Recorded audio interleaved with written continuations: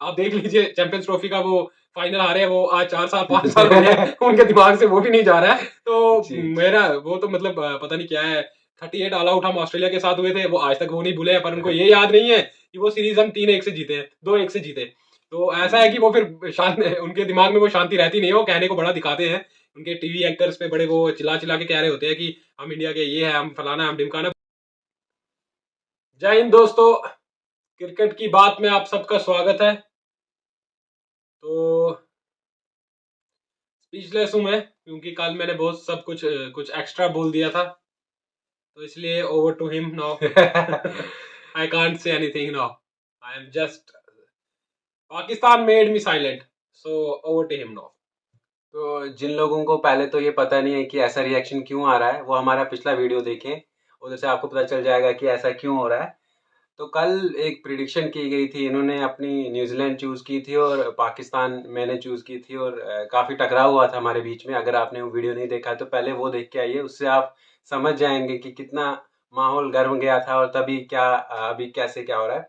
चलिए, एक तो पाकिस्तान जीती, और ऊपर से कैसे जीती।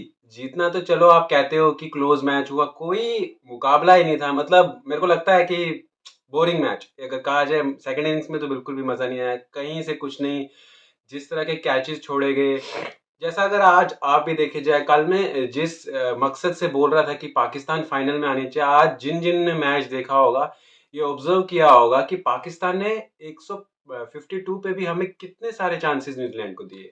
3 से 4 कैचेस छूटे, हर जगह मौके थे, गेंदबाजी बिल्कुल अच्छी नहीं हुई, बल्लेबाजी भी बिल्कुल अच्छी नहीं हुई। तो भारत का बहुत अच्छा चांस है। अगर कल का मैच मेरे को लगता है फाइनल से ज्यादा डिफिकल्ट है, क्योंकि इंग्लैंड जैसे उनकी नेट्स में प्रिपरेशन है, जैसा सुनने में आ रहा है, जैसा देखने में आ रहा है, बहुत ही अच्छी एबिलिटी में से खेल रहे हैं। वो पावर जो स्ट्राइकिंग वहां पर नेट्स पे हो रही है, वो काफी कमाल की हो रही है। तो मुझे लगता है फाइनल से बड़ा फाइनल कल है। तो पाकिस्तान आपको मौके देगा, लेकिन आपको पकड़ने, अगर आप देखें 6 बॉलों में 2 रन चाहिए थे, वाइड पे कैसे डग आउट ने जो जश्न मनाया, ऐसा लग रहा है कि तब भी वो कॉन्फिडेंट नहीं है। और ऐसा क्यों है?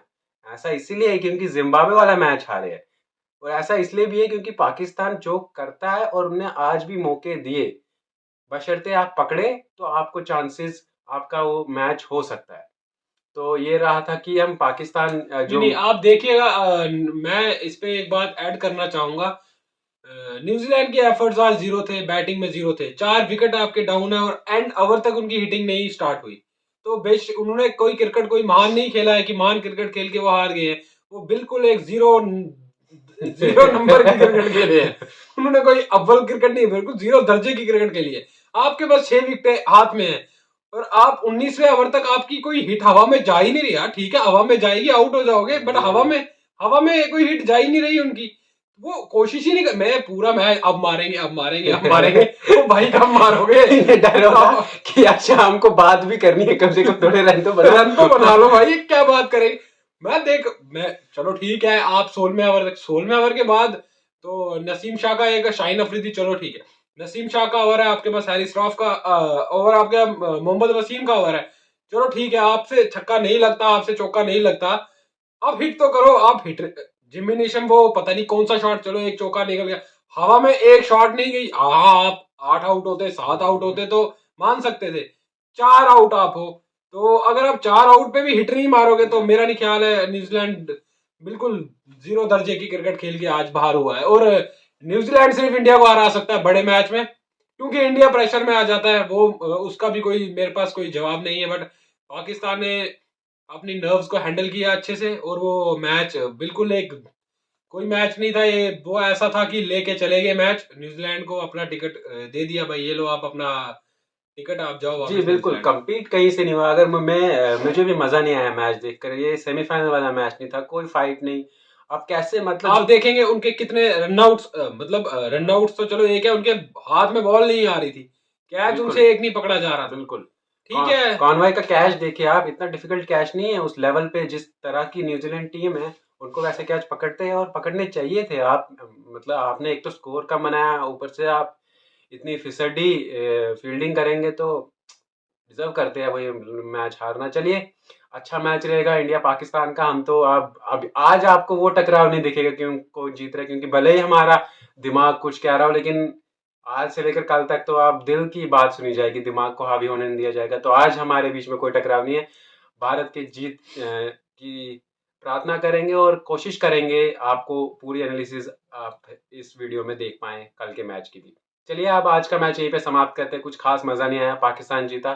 सभी पाकिस्तान के जो सपोर्टर्स हैं उनको हमारी तरफ से शुभकामनाएँ। आपकी टीम अच्छी फ़ॉर्म में आ रही है। उम्मीद करते हैं कि फाइनल में उम्मीद ना करते हैं कि आए। फाइनल में आप अच्छी फॉर्म में ना हो और आप वो मैच भी हार जाएं। एक मैच तो हमने आपको हरा दिया है, आप वो एक मैच भी हार जाएं तो बहुत अच्छा रहेगा। हमारी तरफ से आपको बेस्ट विशेस उस मैच को हारने के लिए, लेकिन पहले हमें इंडिया को बेस्ट विशेस देनी पड़ेगी कल के मैच को जीतने के लिए। जी, तो जी। इस बीच दौरान एक खबर और आई है कि रोहित शर्मा के जो एक फैन बीच मैदान में आया था उनसे मिलने के लिए, उन पे 6.5 लाख इंडियन रुपीस का फाइन लगा दिया था ऑस्ट्रेलिया ने, जो कि एक बड़ा बड़ा बोर्ड पे भी, वो जो उनका वहां पे स्क्रीन लगी होती है ग्राउंड पे, हुँ, वहां पे भी शो किया गया उस टाइम पे जब रोहित शर्मा अपना शायद प्रेजेंटेशन खत्म कर रहे थे ज़िम्बाब्वे पिछले वाले मैच में। मैच में आया था। हाँ, तो उसमें वो बड़ा बड़ा स्क्रीन में भी आया कि इतना डॉलर्स फाइन लगा है, तो इंडियन रुपीस के हिसाब से 6.5 लाख रुपए उन पे फाइन लगा, जो कि अभी हमारे तक जो खबर आई है, जो भी हम सोशल मीडिया से देख रहे हैं कि वो रोहित शर्मा ने कहा है कि वो 6.5 लाख रुपए मैं पे करूंगा, बट उन्होंने ये भी ये कहा है कि आप मैं आपसे मिलूंगा मैच के बाद, आप ग्राउंड में मत आइए क्योंकि रोज रोज रोहित शर्मा भी 6.5 लाख रुपए नहीं देंगे। तो ऐसा है कि दे दिया उन्होंने, बट उन्होंने कह दिया कि भाई ठीक है, मैं आपसे खुद मिलने आऊंगा मैच के बाद, आप मत आइए, क्योंकि जी, 6.5 लाख रुपए एक बड़ी अमाउंट है। बेशक उनके लिए नहीं होगी, बट 6.5 लाख तब भी एक बहुत बड़ी अमाउंट है। तो ये आज की खबर थी, सबसे पहले हमने सोचा कि ये आपके साथ आपको बताएं इस बारे में। तो अब हम शुरू करते हैं इंडिया और इंग्लैंड का मैच का, थोड़ा सा हम प्रीव्यू एनालिसिस, आप जैसा भी कहें, या आपस में चर्चा कह लें हाँ। या क्रिकेट की बात कह लें। तो अब हम वो शुरू करते हैं। तो आज मैं कुछ ज्यादा बोलूंगा नहीं क्योंकि मैं बहुत अपसेट हूँ आज के मैच से, तो इसलिए मेरा ज्यादा कुछ रहेगा नहीं, बट हाँ हाँ, जहां जहां मुझे लगता होगा कि बोलना चाहिए वहां मैं जरूर बोलूंगा। तो उम्मीद है कि आप सुनेंगे भी। तो चलिए इनके साथ शुरू करते हैं, ये शुरू करेंगे आप इंडिया और इंग्लैंड के ऊपर एनालिसिस जो भी इनका रहेगा। देखिए, आज तो सबसे पहले आज बड़ी इम्पोर्टेंट चीज़ थी, प्रेस कॉन्फ्रेंस थी और कैप्टन्स आए थे, रोहित शर्मा आए थे प्रेस कॉन्फ्रेंस में, और 2-3 बड़ी-बड़ी बातें जो उसमें से निकल के आई। एक तो पहले जो अक्षर पटेल का सवाल था, फिर से वही जवाब जो उस टीम मैनेजमेंट का है कि इतनी ज़्यादा गेंदबाजी उनसे कराई नहीं गई है, तो आप प्लेयर्स को जज नहीं कीजिए। उनका यही इसमें पिछले 6-7 महीने से जैसे भी आप सुनते आ रहे हैं, उनका परफॉर्मेंस बेस्ड उतना नहीं रहता है। उनका कहना यही था कि अक्षर पटेल अच्छे मेंटल फ्रेम में है, तो उनको वही चीज़ चाहिए कि पंत प्लेयर खेल रहे अच्छे। हैं कल। कि पंत खेल रहे हैं, पंत बिल्कुल खेल रहे हैं, मुझे तो पूरी उम्मीद है क्योंकि नेट्स में आज बहुत बल्लेबाजी की है उन्होंने। और रोहित शर्मा के बारे में भी जब उनसे पूछा गया तो पंत के फेवर में थे, भले ही उन्होंने दिनेश कार्तिक को रूल आउट नहीं किया। उन्होंने कहा कि दोनों कल के मैच के लिए अवेलेबल है, हमने सिर्फ ऋषभ पंत को इसीलिए खिलाया, सिर्फ नहीं, वैसे 2 रीजंस दिए उन्होंने। पहला रीजन दिया कि प्रैक्टिस करने के लिए वही एक खिलाड़ी थे जिन्होंने प्रैक्टिस मैच के बाद से कुछ नहीं खेला था, तो एक तो वो कि उनको एक यूज टू करे ऑस्ट्रेलिया के पिचेस के साथ। दूसरा जो उन्होंने कहा, जो कि मैंने आपको उस दिन भी कहा था जब ये बात चल भी नहीं रही थी, कि आदिल रशीद मिडिल ओवर्स में बॉलिंग करेंगे और हमें अटैकिंग बैट्समैन चाहिए, और उसके लिए भी हो। तो जब ये वाली चीज कही जा रही है तो मुझे नहीं लगता कि कोई ख्याल तो बनता है मेरे दिनेश हिसाब से कार्तिक कल का। दोनों खेलेंगे, फिर ऋषभ पंत भी खेलेंगे और अक्षर पटेल भी खेलेंगे कल। हाँ, नहीं, तो हाँ, दो वो लेफ्ट खेलेंगे। हैंडर्स को लेके जाएंगे, अगर हाँ। उन्होंने कह दिया प्रेस कॉन्फ्रेंस में कि आदिल रशीद को टैकल करना है, हम्म। तो फिर तो दोनों कल खेलेंगे जी, या जी, उनका कहना था कि टैक्टिकल मूव है, और मुझे ऐसा लगता है कि कल अगर अच्छी ओपनिंग की साझेदारी मिली तो नंबर 4 पे ऋषभ पंत आएंगे, क्योंकि आज 7वें 8वें नंबर तक तो आदिल रशीद आ जाएंगे, तो नीचे भेजने फिर रखने का फायदा नहीं है। तो सूर्य कुमार यादव से पहले भी आ सकते हैं, उनसे ऊपर भी आ सकते हैं देखिए अगर सूर्य वैसा कुछ कुमार है। यादव भी स्पिन के अच्छे प्लेयर है, तो उनका नंबर मेरे हिसाब से चेंज नहीं करना चाहिए। 4 पे सूर्य कुमार यादव, 5 पे ऋषभ पंत हाँ, बेहतर है। वैसा कुछ रहेगा, ज्यादा अगर हाँ जरूरत होगी हाँ, तो इन चलेगा। केस अगर कि एक दो विकेटें भगवान ना करे ऐसा हो, अगर हो जाता है तो इन केस जैसा भी रहे, पर मेरा ख्याल है कि ओपनर्स कल अच्छा खेलेंगे, अच्छे रन बनाएंगे। विराट कोहली विराट कोहली पे क्या ही बात करें, वो तो कल चलने वाले हैं, उनके अपने रन आएंगे। जी, तो जी।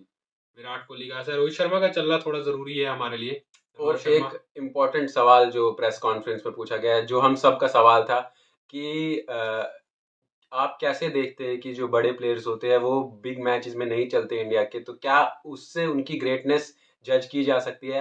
रोहित शर्मा का साफ कहना था कि बड़े मैचेस इंपॉर्टेंट है, लेकिन आप एक मैच पे जज नहीं कर सकते किसी को। लेकिन उनका ये साफ कहना था कि वर्ल्ड कप जीतना जरूरी है, और वो दिखता भी है। जिस तरह की आज आप ग्राउंड पे भी देखे तो बड़ी देर तक डायमेंशंस देखते रहे। प्रैक्टिस आज तो नहीं की, लेकिन कल बड़ी प्रैक्टिस की थी। आज विराट कोहली इंजर्ड हुए थे, लेकिन उसके बाद ही आगे वापस। हर्षल ठीक पटेल है, वो की केविन इसकी गेंदबाजी पीटरसन ने भी नहीं शायद ट्वीट कर विराट कोहली को बोला है कि कल के मैच में ना चलिएगा। मैं उम्मीद करता हूँ कि इसका उल्टा हो कल।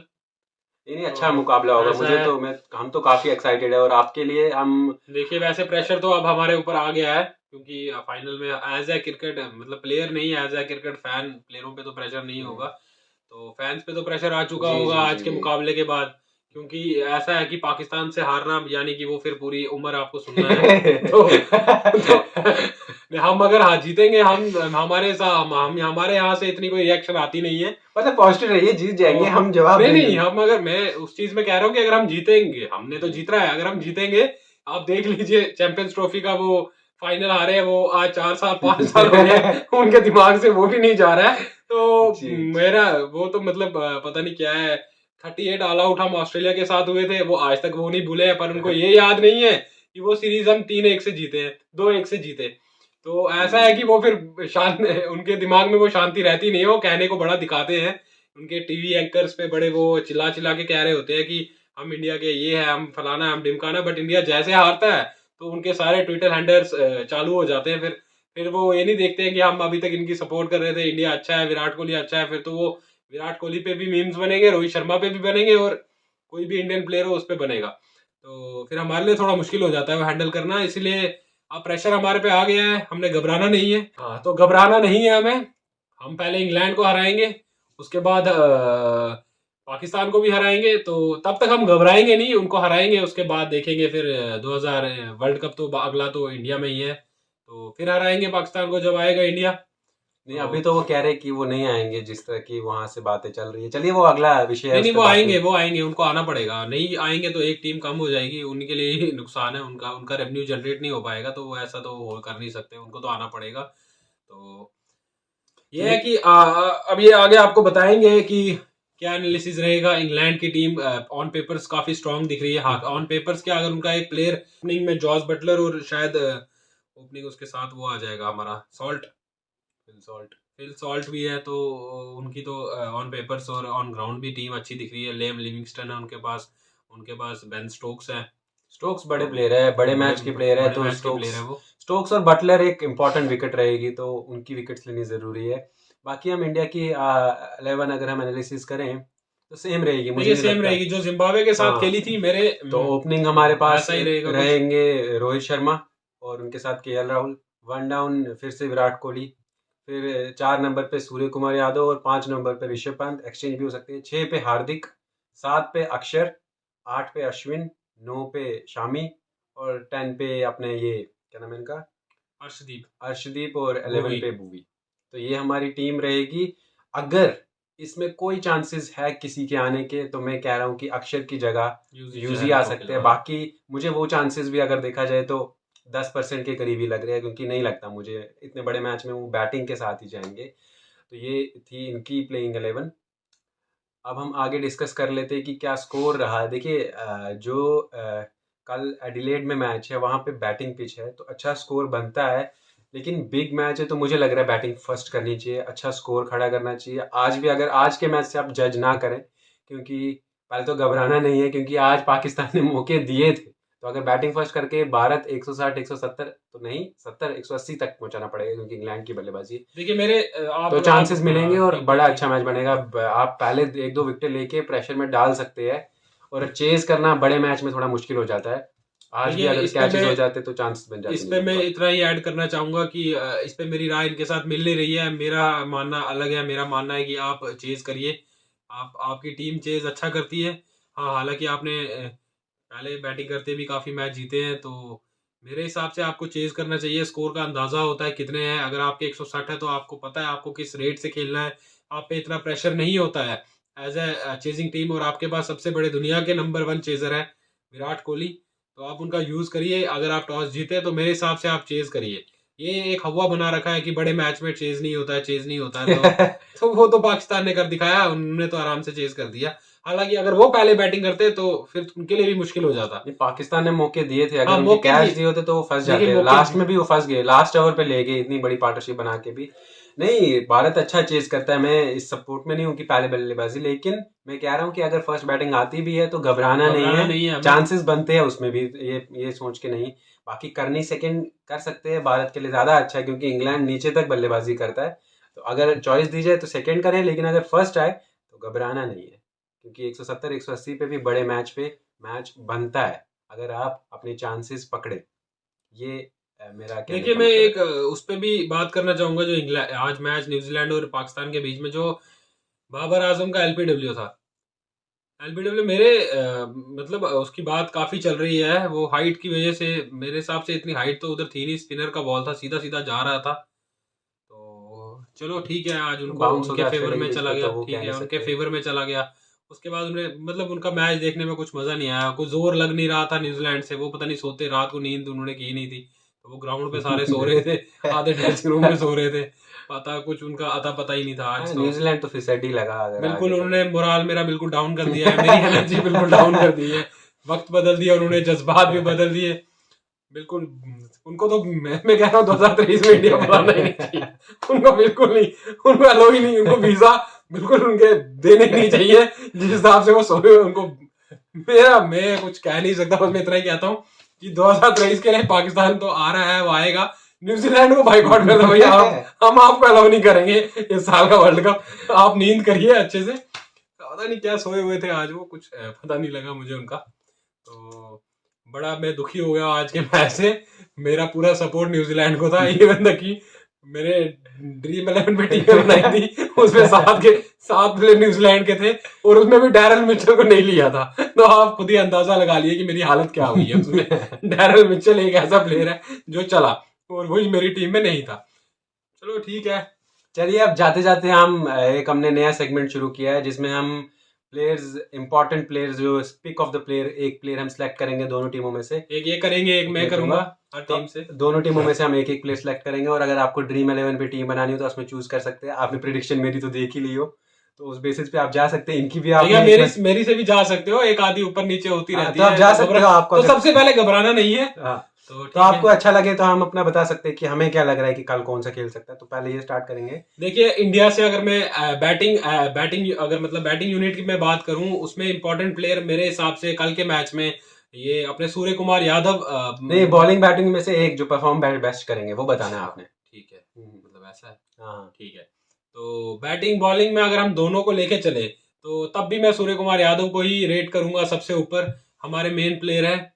तो मतलब कल जो भी हमारे दर्शक ड्रीम 11 प्लेयर है, आप बोल रहे हैं कैप्टन रखे उनको। हाँ, उनको आप कैप्टन रखिए, और अगर वाइस कैप्टन रखना है तो मेरे हिसाब से कल के मैच में आप हार्दिक पांड्या को एज अ वाइस कैप्टन रख सकते हैं अपनी टीम में। जी जी जी, ठीक है। ये ने एक प्लेयर बताया, दूसरा इनका अपना था। ये बता रहे हैं सूर्य कुमार यादव। और उसमें इंग्लैंड में आप इंग्लैंड में अगर आप रखें तो मेरे हिसाब से कल जॉस बटलर थोड़ा बहुत तोड़ेंगे, क्योंकि उनका वो अलग ही मूड में उतरते हैं जब इंडिया के साथ मैच होता है।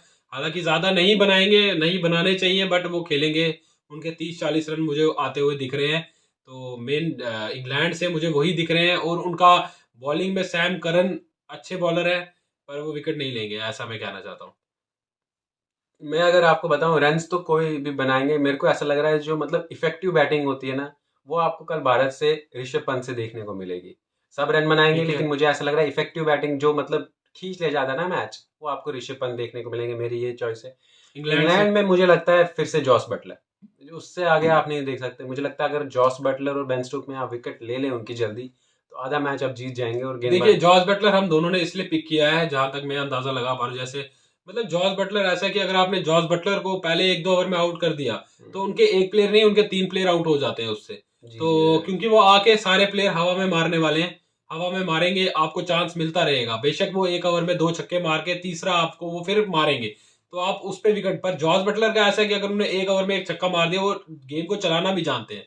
तो क्योंकि उनके पास एक्सपीरियंस भी है, आईपीएल का एक्सपीरियंस काफी लंबा है उनके पास ऑस्ट्रेलिया में खेलने का भी एक काफी लंबा एक्सपीरियंस है। तो वो कल के इंग्लैंड की तरफ से वो मेन प्लेयर रहेंगे, और इंडिया को उन सबसे पहले उनकी विकेट लेने का प्रयास करना चाहिए।